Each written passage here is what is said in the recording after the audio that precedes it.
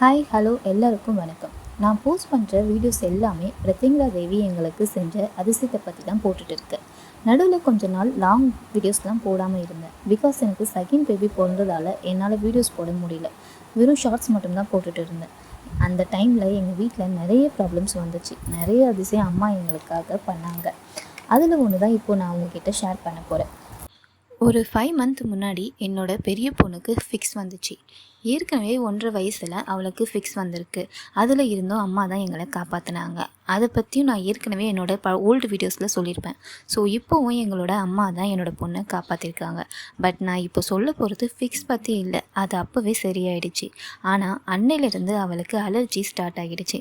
அவளுக்கு ஏற்கனவே அலர்ஜி வரும், பட் எப்போயாவது ஒரு தடவை வரும். அது லோஷன் போட்ட உடனே போயிடும். பட் இந்த டைம் ஒரு 4 மந்த்தாக என்னோடய பொண்ணு ரொம்பவே கஷ்டப்பட்டுட்டா. நாங்கள் இதை பற்றி அம்மா கிட்ட ரொம்ப டீப்பாக வேண்டிக்கலை. பிகாஸ் ஒரு சாதாரண அலர்ஜி தானே அப்படின்னு அதுவே சரியாகிட்டோன்னு விட்டுட்டோம். பட் அது சீக்கிரத்தில் சரியாகலை. எத்தனை ஹாஸ்பிட்டல் மாற்றி மாற்றி ட்ரீட்மெண்ட் எடுத்தோம். மெடிசன் கொடுக்கும்போது நல்லாயிருக்கும், மருந்து ஸ்டாப் பண்ண நெக்ஸ்ட் டேவே அலர்ஜி வந்துடும். ரொம்பவே அதிகமாக இருக்கும். லிப்ஸ்லாம் வீங்கி கை கால் எல்லாமே கண்டாக ஆகிடும். அரிக்குதுன்னு அழுதுகிட்டே இருப்பாள். டாக்டர்கிட்ட போய் மருந்து வாங்குவோம். அவங்க 1 வீக் கொடுங்க சரியாகிட்டுன்னு சொல்லுவாங்க. 1 வீக் மருந்து கொடுப்போம், ஆனால் அது திருப்பியும் ரிட்டர்ன் வந்துடும். 1 வீக் கொடுக்கும் போது அவளுக்கு எந்த ஒரு எஃபெக்டும் காட்டாது. பட் அந்த மருந்தை நாங்கள் ஸ்டாப் பண்ண நெக்ஸ்ட் டேவே அவளுக்கு அலர்ஜி வந்துடும். நாங்களும் ஒவ்வொரு ஹாஸ்பிட்டலும் மாற்றி மாற்றி செக் பண்ணிட்டு இருந்தோம். வண்ணாரப்பேட்டையில் ஒரு ஃபேமஸான டாக்டர், பட் நேம் நான் சொல்லலை, அவர்கிட்டயே ஒரு 5 டைம்ஸ் கிட்ட நாங்கள் போய் பார்த்துட்டோம். அவர் இன்னொரு டாக்டர் ரெஃபர் பண்ணி ஸ்கின் டாக்டர் ரெஃபர் பண்ணார். அங்கேயும் போய் பார்த்து அவங்க கொடுக்குற மருந்தும் எங்களுக்கு ஒர்க் அவுட் ஆகலை. மருந்து அந்த அலர்ஜியை கண்ட்ரோல் மட்டும்தான் பண்ணிச்சே தவிர அதை ஒரு பெர்மனெண்ட்டாக அதை ரிலீஃப் கொடுக்கல. அந்த மருந்து ஒரு 1 வீக் கொடுப்போம். அந்த 1 வீக் கொடுத்த அடுத்த நாளே அலர்ஜி வந்துடும். அவங்க ஃபுட் அலர்ஜி தான்மா, நீங்கள் ஃபுட்டை கண்ட்ரோல் பண்ணுங்கள் அப்படின்னு சொல்லுவாங்க. நாங்கள் எந்த ஃபுட்டை அவளுக்கு கண்ட்ரோல் பண்ணுறதுன்னு தெரியல. எது கொடுத்தாலும் அவளுக்கு அலர்ஜி வந்துடும். ரொம்ப நைட்டு தூங்குவா, காலையில் ஏஞ்சி பார்த்தா லிப்ஸ் எல்லாம் வீங்கி போயிருக்கும், கை கால்லாம் கண்டாக இருக்கும், அரிக்குதுன்னு சொல்லிட்டு இருப்பான். நாங்களும் ஒரு 4 மந்த் குழந்தை கண்டினியூஸாக மருந்து குடிச்சிக்கிட்டே இருந்தா. இதை பற்றி எங்களால் என்ன சொல்கிறதுன்னு தெரியல. ஒரு டாக்டர்கிட்டே போகும்போதும் ப்ளட் டெஸ்ட் எடுங்க, இந்த யூரின் டெஸ்ட் எடுங்கன்னு சொல்லுவாங்க. நாங்களும் ஒரு 3 டைம்ஸ் 4 டைம்ஸ் இருக்கும். ப்ளட் டெஸ்ட் முதற்கொண்டு எல்லா டெஸ்ட்டும் எடுத்து காமிச்சிட்டோம். எல்லாமே ஆனால் நார்மல் தான் வந்துச்சு. பட் எதனால் அந்த அலர்ஜி வருதுன்னு எங்களால் கண்டுபிடிக்க முடியல, டாக்டர்னாலும் கண்டுபிடிக்க முடியல. ஃபஸ்ட்டாக டாக்டர் என்ன சொன்னாங்கன்னா, இது இன்ஃபெக்ஷனால் வரலம்மா, எல்லாமே நார்மலாக தான் இருக்குது. ஸோ நீங்கள் ஃபுட்டில் மட்டும்தான் நீங்கள் கண்ட்ரோல் பண்ண முடியும். அவளுக்கு இது ஃபுட் அலர்ஜி மட்டும்தான், அதனால தான் இது வருது. நீங்கள் நான்வெஜ் கொடுக்காம எந்த ஃபுட்டில் சாப்பிட்டா அவளுக்கு அலர்ஜி வருதோ அதை பார்த்து நீங்கள் கண்ட்ரோல் பண்ணிக்கோங்க அப்படின்னு சொல்லிட்டாங்க. நீங்கள் இதுக்கு மேலே மருந்து கொடுக்காதீங்க, ஏன்னா 4 மந்த்தாக மருந்து சாப்பிட்டுருக்கா, இதுக்கு மேலே நீங்கள் மருந்து கொடுக்காதீங்க அப்படின்னு சொல்லிட்டாங்க. எங்களுக்கு அதுக்கப்புறம் என்ன பண்ணுறதுனே தெரியல. அவளுக்கு எந்த ஃபுட்டு சாப்பிட்டா அலர்ஜி வரும்னு எங்களால் கண்டுபிடிக்கவே முடியல. ஏன்னா அவள் சின்ன தண்ணி குடித்தா கூட அவளுக்கு அடுத்த கொஞ்ச நேரம் கழிச்சு அவளுக்கு அலர்ஜி வந்துடும். அதுக்குன்னு நாங்கள் தண்ணி கொடுக்காமல் இருக்க முடியுமா? இல்லை சாதம் கொடுத்தா ரச சாதம் கொடுப்போம், திருப்பியும் அலர்ஜி வந்துடும். அதுக்குன்னு நாங்கள் சாப்பாடும் கொடுக்க முடியாமல் இருக்கும். எது சாப்பிட்டாலும் அவளுக்கு அலர்ஜி வந்துடும். ஸோ எங்களால் என்ன பண்ணுறதுனே தெரில. கடைசியில் எங்களுக்குன்னு ஒரு வழி எப்போவுமே அம்மா கிட்ட இருக்கும். நாங்கள் அங்கே இங்கே அடிபட்டு டாக்டர் ஹாஸ்பிட்டல் தெரிஞ்சால் கூட கடைசி அவங்கக்கிட்ட போய் தான் நாங்கள் வழி கேட்போம். அவங்கக்கிட்ட மட்டும்தான் எங்களுக்கு தீர்வு கிடைக்கும். ஸோ அதே மாதிரி கடைசி அவங்கக்கிட்ட போய் தான் நாங்கள் தீர்வு கேட்டோம். அவங்க எப்பவுமே போல் எங்ககிட்ட ஒரு வழியில் பேசுவாங்க. அது நீங்கள் நம்பலைனா கூட பரவாயில்ல. அது எங்கள் வீட்டில் ஒருத்தவங்க மேலே வருவாங்க, அவங்க மூலிமா தான் எங்ககிட்ட பேசுவாங்க. அதை சில பேர் நம்ப மாட்டாங்க, சாமி வருது அப்படின்னு சொல்லிட்டு. நம்பிக்கை இருக்கிறவங்களுக்கு சாமி வந்தால் அது சாமி வருதுன்னு தான் அர்த்தம். நம்பிக்கை இல்லாதவங்களுக்கு அது சும்மா ஒரு சயின்டிஃபிக்கலாக பார்க்குறவங்களுக்கு அது சாமியெல்லாம் வரலை அப்படின்னு சொல்லுவாங்க. ஸோ நம்புகிறவங்களுக்கு மட்டும் நான் சொல்கிறத ஏற்றுக்குவோங்க. தென் அம்மா வந்தாங்க. எங்கள் வீட்டில் இருக்க ஒரு பர்சன் மேலே அம்மா வந்தாங்க. அவங்கக்கிட்ட இதே மாதிரி கேட்டோம், குழந்தைக்கு இது மாதிரி இருக்குமா, எங்களை எந்த ஹாஸ்பிட்டல் போனாலும் எங்களுக்கு க்யூர் ஆகலை, கடைசியாக உங்ககிட்ட மட்டும் தான் நாங்கள் வந்திருக்கோம், நீ சொல்லுன்னு. அவங்க எதுவுமே பண்ணலை. வேப்பிலை ஒரு எலுமிச்சைப்பழம் அவங்க கொஞ்ச நேரம் கையில் வச்சுட்டு அதுக்கப்புறம் என் கையில் கொடுத்தாங்க. இதை நாளைக்கு காலையில் ஃபுல்லாக குழந்த உடம்புல ஃபுல்லாக தேய்ச்சி விட சொன்னாங்க. தேய்ச்சி விட்டுட்டு குழந்தைய குளிப்பாட்ட சொன்னாங்க. நான் சரிம்மா அப்படின்னு சொல்லி இது பண்ணிட்டோம். நீங்கள் நினைக்கலாம் வேப்பிலை வந்து மருந்து தான், அது ஒரு மூலிகை பொருள், அது எல்லா அலர்ஜியும் க்யூர் பண்ணிடும் அப்படின்னு சொல்லிட்டு.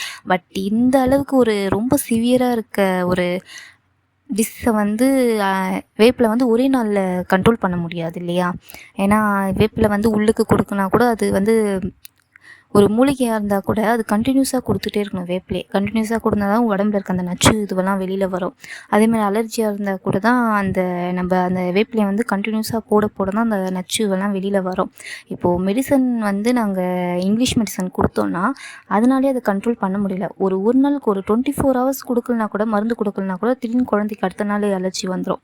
பட் இந்த வேப்பிலை வந்து அவங்க மந்திரிச்சு கொடுத்த வேப்பிலையும் அந்த எலுமிச்சை பழமும் அடுத்த நாள் வந்து நாங்கள் குழந்தைக்கு அவங்க சொன்ன மாதிரி அரைச்சி எங்கள் கையாலேயே அரைச்சி குழந்தைக்கு உச்சந்தலையிலேருந்து கால் வலிக்கும் நாங்கள் ஃபுல்லாக பூசி விட்டோம். அவளுக்கு குளிப்பாட்டி விட்டுட்டோம். சோப்பு எதுவும் போடாமல் வெறும் நார்மல் வாட்டர்லேயே அவளை குளிப்பாட்டிட்டோம். குளிப்பாட்டிட்ட பிறகு அவளுக்கு எதுவும் தெரியல, எங்களுக்கும் எதுவும் தெரியல. சரி, மருந்து நேற்று தானே ஸ்டாப் பண்ணோம், அது 24 ஹவர்ஸ் கழிச்சு தானே அதோட வேலையை காட்டும். ஸோ இந்த வேப்பிலையை வந்து ஆனால் நாங்கள் வந்து எப்போவுமே நம்பிக்கையோடு இருப்போம். அம்மா ஒரு விஷயம் எங்களுக்கு கொடுத்தாங்கன்னா அதை வந்து நாங்கள் நம்பிக்கையோடு இருப்போம். நம்பிக்கை இருந்தால் மட்டும்தான் அது வேலை செய்யும். அவங்க கொடுத்த மருந்து கூட நம்ம நம்பிக்கை வச்சாதான் அது சரியாகிடும் அப்படின்னு சொல்லி நம்ம நம்பிக்கை வச்சா மட்டும்தான் சரியாகும். இல்லை சரியாகாது அப்படின்னு நினச்சா அது சரியாகாமல் தான் போகும். எங்கள் வீட்டில் இருக்கவங்க எல்லாருமே நம்பிக்கை வச்சாங்க, குழந்தைக்கு அது சரியாயிடும், அவங்க கொடுத்தது வந்து கண்டிப்பாக சரியாயிடும் அப்படின்னு சொல்லிட்டு. அதே மாதிரி அவளுக்கு அன்றைக்கி காலையில் மட்டும்தான் அந்த வேப்பிலையை அரைச்சி உடம்புல தேய்ச்சோம். அன்னிலேருந்து இன்னைக்கு வரைக்கும் குழந்தைக்கு அலர்ஜி எதுவும் இல்லை.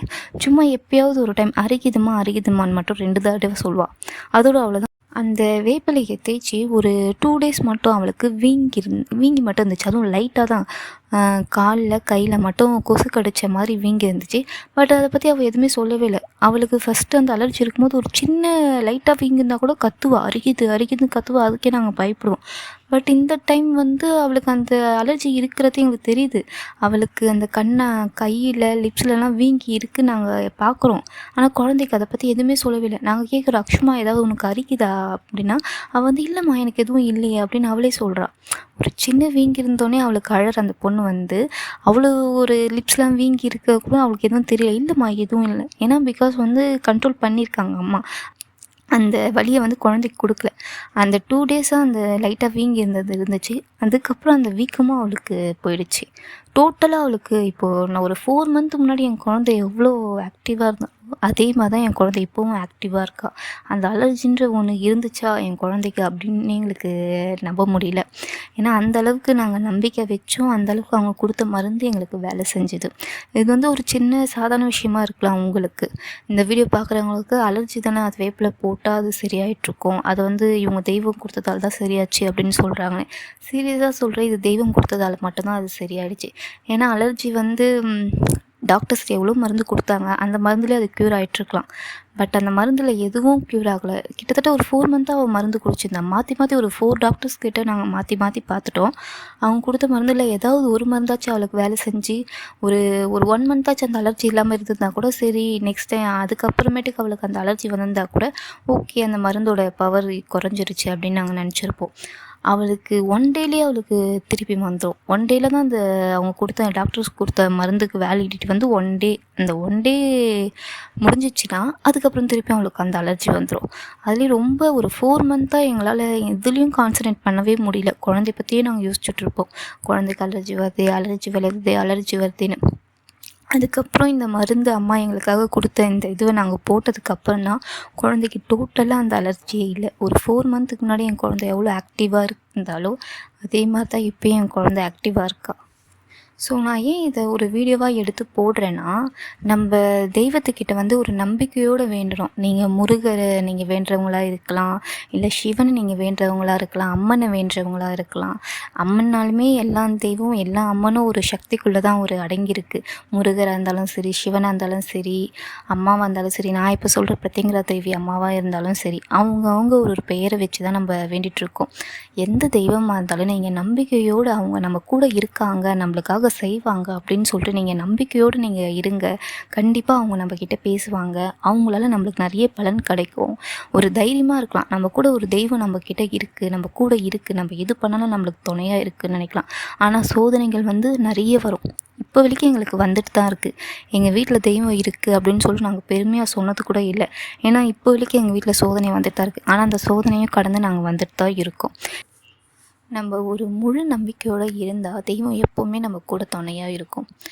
நான் ஏன் ஸ்பெசிஃபிக்காக பிரத்யங்கரா தேவியை மட்டும் சொல்கிறேன்னா, அவங்க ரொம்ப ஒரு அதர்வன காளின்னு சொல்லுவாங்க பிரத்யங்கரா தேவியை. நீங்கள் யூடியூப்பில் சர்ச் பண்ணி பாருங்கள், பிரத்யங்கரா தேவி வீடியோஸ் பாருங்கள், அவங்களுடைய ஹிஸ்ட்ரியை பாருங்கள், எல்லாமே உங்களுக்கு தெரியும். அதில் இருந்து நாங்கள் ஒரு உண்மையாக எங்களுக்காக நாங்கள் ஒரு சாட்சியாக கூட இருப்போம். பிரத்யங்கரா தேவின்னா அந்த தெய்வம் எப்படிப்பட்ட தெய்வம் அப்படின்னு சொல்லிட்டு நான் எங்களுடைய ஃபேமிலி ஒரு சாட்சியாகவே இருக்கோம் எல்லாருக்கும். இந்த வீடியோ பார்க்குறவங்களுக்கு கூட நான் என்னுடைய ஸ்டோரியாக இருந்தாலும் சரி, என்னுடைய லைஃப்பில் நடக்கிற ஒரு இதுவாக இருந்தாலும் சரி, ஒரு சாட்சியாக இருக்கும். நான் நிறைய வீடியோஸ் போட்டுட்ருக்கேன். அந்த எல்லா வீடியோஸும் நீங்கள் போய் ஓல்டு வீடியோஸ்லாம் நீங்கள் போய் பாருங்கள். பார்த்துட்டு கண்டிப்பாக எனக்கு மெசேஜ் பண்ணுங்கள். உங்களுக்கு ஏதாவது ஒரு விஷயம் வேணும்னா நீங்கள் நம்பிக்கையோடு இந்த தேவிக்கிட்ட நீங்கள் அணுகலாம். இந்த தேவியை நீங்கள் வழிபடலாம். இந்த தேவியை எப்படி வழிபடுறது, இவங்களால எந்தெந்த நன்மைகள் கிடைக்கும்னு சொல்லிட்டு நான் நிறைய வீடியோஸ் போட்டிருக்கேன்.